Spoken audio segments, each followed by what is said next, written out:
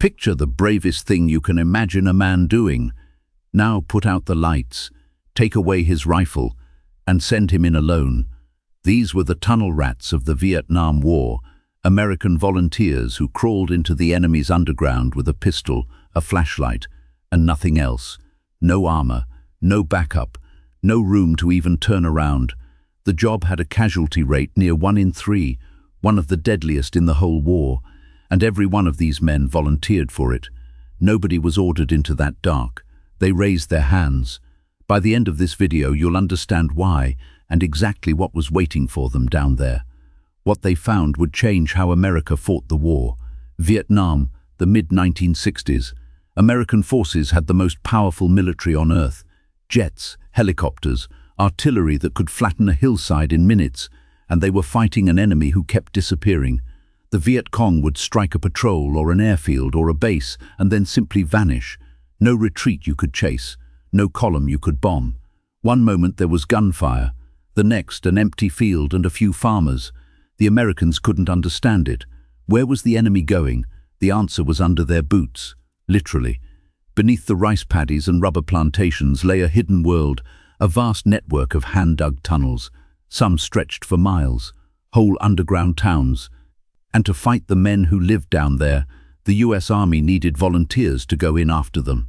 Small men, calm men, men willing to crawl into a black hole in the ground, not knowing what was around the next bend. They became known as the Vietnam War tunnel rats. This is the story of the most dangerous job of the entire war, what these men faced in the dark, the traps built to kill them, and the courage it took to keep going back down. Before we go under, hit subscribe. We tell one story like this every day. You won't want to miss the next one. To understand the tunnel rats, you first have to understand the tunnels. Because these were not foxholes. Near Saigon sat a district called Cu Chi. Above ground it looked like ordinary farmland. Below ground it was a fortress. The Viet Cong had been digging there for years, some of it since the war against the French a decade earlier, by hand, with simple hoes and baskets, one basket of dirt at a time. Sit with that. No machines, no engineers with blueprints, just thousands of ordinary people, scraping out an underground world with farm tools and hiding every basket of dirt so the Americans above would never notice. It took a patience most armies simply don't have. What they built almost defies belief. Tunnels stacked on multiple levels, one beneath another. Some passages ran barely 2 feet wide and 2 feet high. You didn't walk, you crawled. And it wasn't just tunnels. Down there they built sleeping chambers, kitchens, with the smoke vented far away to hide the cooking fires, storage rooms, wells for fresh water, workshops that turned dud American bombs into homemade mines. There were even hospitals underground, operating tables, recovery rooms. A wounded fighter could be treated and hidden, all without ever seeing daylight. The whole system connected together across miles of ground. Think of an ant colony built to human scale, a hidden city right under an American base. And the design was fiendishly clever. The passages zigzagged so no one could fire straight down a length of tunnel. Trapdoors led to lower levels the enemy might never find. Some tunnels dropped underwater and came back up in a different chamber, a water seal, to block gas and block pursuit. This is what the Viet Cong meant when they said they would fight from under the earth. They had turned the ground itself into a weapon. At first, the Americans tried the obvious things. They tried to destroy the tunnels from above. They pumped in tear gas. They pumped in smoke. They tried to flood them. They even dropped explosives down the shafts. None of it worked. The tunnels were too deep, too long, and too well sealed. Gas got trapped by those water seals. Explosions collapsed a few feet and left the rest intact. The enemy just moved to another level and waited. And there was a bigger problem. The tunnels were full of intelligence, maps, weapons, documents. Blow the tunnel up and you destroyed the very secrets you needed. So the army realized something grim. To truly clear a tunnel, a man had to go in, on his hands and knees, into the dark. This began in earnest in January 1966 during a massive sweep called Operation Crimp. Thousands of American and Australian troops descended on the Cu Chi area, and they kept finding tunnel entrances, dozens of them. Somebody had to explore each one. The men who volunteered got a name, The story goes that an officer called them tunnel ferrets, but a journalist at a press briefing in Saigon didn't know what a ferret was. He wrote it down as tunnel rats, and the name stuck forever. Here's what made the job almost impossible to fill. You couldn't just order a man down there. A panicking soldier in a tunnel was a dead soldier and a danger to everyone. So the tunnel rats were volunteers, every single one. And they had to be small. The tunnels were built for the slim frames of Viet Cong fighters. A big American simply would not fit. So the army looked for its smallest, weariest, coolest-headed men, often shorter than 5'6", men who could stay calm in a space the size of a coffin. Think about that for a moment. The requirement for this job was not muscle, it was nerve, so picture the moment. A tunnel entrance no bigger than a manhole, hidden in the brush. And it's your turn to go down. What do you take with you? Almost nothing. That's the shocking part. A rifle was useless, too long to aim in a passage 2 feet wide, so the tunnel rat carried a pistol, usually a standard army .45. But even that had a problem. Fire a .45 in that enclosed space, and the muzzle blast was deafening. The sound alone could burst your eardrums and blind you with flash. Some men switched to quieter, smaller pistols just to survive the noise. A flashlight, held out to the side, away from the body because the enemy would aim at the light. A knife or a bayonet for the dark and the close-in fight. And one more thing, a wire, a telephone wire, spooling out behind him as he crawled, connected to a field phone held by the men on the surface. That wire was his lifeline. It was how he reported what he found. It was how they knew he was still alive. And if it went silent, they knew something had gone wrong. That was it. A pistol, a flashlight, a knife, and a wire. No armor, no helmet that would fit, no room for a buddy at his side. Everything about a modern army is built on firepower and numbers. Down here, all of that was stripped away. It came down to one man, on his belly, in the dark. And often, the men worked half-blind on purpose. Light gave you away. So a tunnel rat learned to move in near total darkness, feeling the walls, the floor, the air, using the flashlight only in quick, controlled flashes. They learned to read the tunnel with their fingertips. Imagine trusting your life to what your hand can feel in the black, knowing that the wrong touch could be the last thing you ever do, because the wrong touch down there very often was the last thing a man did. The Viet Cong knew the Americans would eventually send men in, so they turned the tunnels into a gauntlet of traps, and these traps were works of dark genius. Start with the punji stakes, sharpened lengths of bamboo, fire hardened to a point like a nail. They lined hidden pits in the tunnel floor. Crawl forward in the dark and your hand or your knee comes down into the spikes, and the stakes were often smeared with filth, not to kill you outright, but to infect the wound. Even a small cut could turn deadly days later, cruel and deliberate. Then there were the tripwires, thin, almost invisible, strung across a passage. Snag one, and you might set off a grenade, or a buried mine. Sometimes a mine built from an American dud shell turned back on the men who dropped it. There were spring traps, hidden frames loaded with spikes held under tension. Trigger the mechanism, and a slab of sharpened stakes would swing or slam into you out of the darkness with no warning.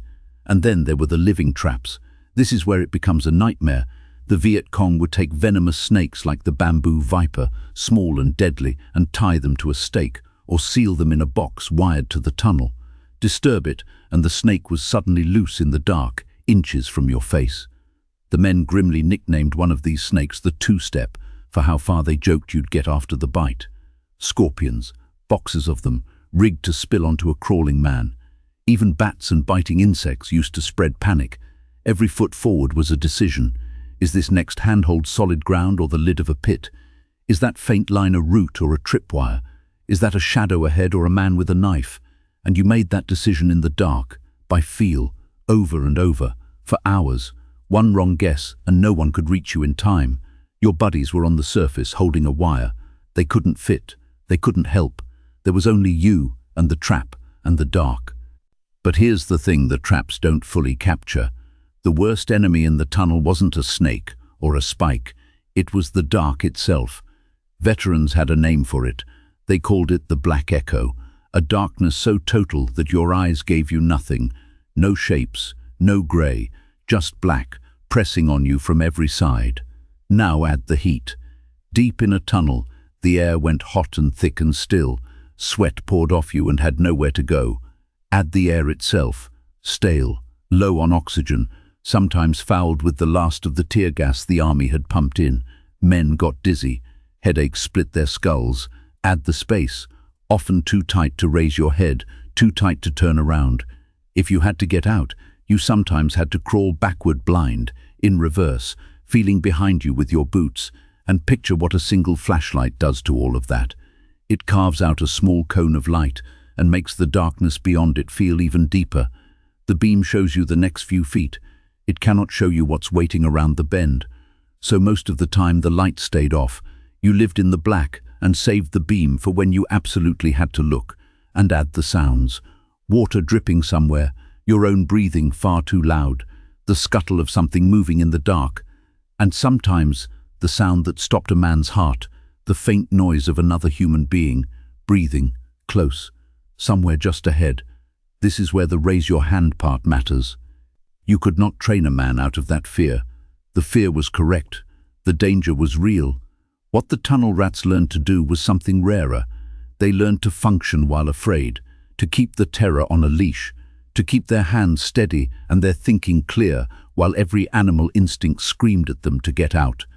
One tunnel rat, a squad leader the men called Rat 6, put it plainly. He said you had to control and direct the fear, that every movement was made with infinite care, that his senses had never been sharper, that his adrenaline pumped like a river and he could swear he heard his own heart beating in the dark. That is the real weapon of the tunnel rat, not the pistol. The nerve to think clearly in a place built to make you panic. If this is getting under your skin, hit that like button. It genuinely helps these stories reach more people. And then there was the thing every tunnel rat dreaded most. Not the trap, not the dark. The enemy still down there, waiting. Because the tunnels weren't always empty. Sometimes a Viet Cong fighter was crouched in a side chamber, silent, patient, with a weapon already pointed at the passage. He knew the layout. He knew where you'd have to come from. He had all the advantages. Combat in a tunnel was unlike anything else in the war. There were no lines, no cover, no room to maneuver. It happened at a range of feet, sometimes inches, in pitch black. One veteran described crawling into a chamber and suddenly realizing he was not alone. Armed men, right in front of him. He had a fraction of a second. He fired his pistol into the dark, toward the muzzle flashes, emptying it, then scrambled backward down the tunnel as fast as his body could move, and dropped an explosive charge behind him to seal the passage. That was a victory. That was a good outcome. He lived. Think about the math of that fight. No aiming, no sight picture, just a flash, a target you feel more than see, and the will to pull the trigger first. The men who survived these encounters often couldn't say exactly what happened. It was too fast, too dark, too close. And after it was over, after his heart slowed, after his hands stopped shaking, the tunnel rat would clip his wire back on, report what he found, and very often go back down another hole the next day. Some men made dozens of these descents. A few made close to 100. Each one its own private battle, fought where no camera could follow and no medal could quite explain. So here's the question that hangs over all of it. Was it worth it? It was, and here's why. Remember, blowing up a tunnel destroyed its secrets, but a man who crawled through it could bring those secrets out. During the big Kufchi operations, tunnel rats hauled up staggering finds, weapons and ammunition hidden by the ton. Rice and salt enough to feed fighters for months, workshops, field hospitals, printing presses turning out propaganda. The numbers from a single complex tell the story. Thousands of pounds of rice, sacks of salt stored down a tunnel over 100 feet long, cameras, reels of film, type and presses for printing, an entire propaganda operation running silently under the feet of an American division, all of it dragged back up to the light by men on their hands and knees, and documents. In one operation, tunnel rats reportedly recovered around 500,000 enemy documents, maps of bases, plans, lists, intelligence on the Viet Cong's entire regional operation, a whole that shaped how the Americans understood the war. None of that comes out of a hole if you just drop a bomb down it. It only comes out if a man goes in and carries it out, one armful at a time. The tunnel rats also did something harder to measure. They took away the enemy's greatest advantage, the certainty that no American would ever follow him underground. Suddenly, the tunnels weren't a perfect sanctuary anymore. Someone would come down after you. For a few hundred small, brave men, that was the mission. Deny the enemy the one place he felt safe. We started with a question: why? Why would any man volunteer to crawl alone into that? There's no single answer. For some, it was that they were small and the job was there and someone had to do it. For some, it was loyalty to the men beside them. For some, honestly, it was a strange pull toward the very thing that terrified them. But talk to these veterans and a common thread appears. They went down because the alternative was to send someone else, and they would not do that. That's the heart of it. The tunnel rat wasn't fearless. He felt more fear than most of us will ever know. One of them said it was more fear than he'd ever come close to, before or since. He just refused to let that fear make the decision. We tend to picture courage as a charge, flags, noise, a line of men running forward together. The tunnel rats are a different picture entirely. Courage here was silent. It was one man, in the dark, choosing to move his hand forward one more time, with no one watching and no one able to help. That is about as pure as bravery gets. No crowd, no glory in the moment. Just a man, his nerve, and a black tunnel that wanted him dead. They faced traps designed by a patient enemy to kill them slowly. They faced the dark, the heat, and the closeness of a grave. They faced armed men at the range of a handshake, and they went back. Again and again. The Vietnam War tunnel rats never got the fame of the fighter pilots or the infantry. Their war was fought where nobody could see it.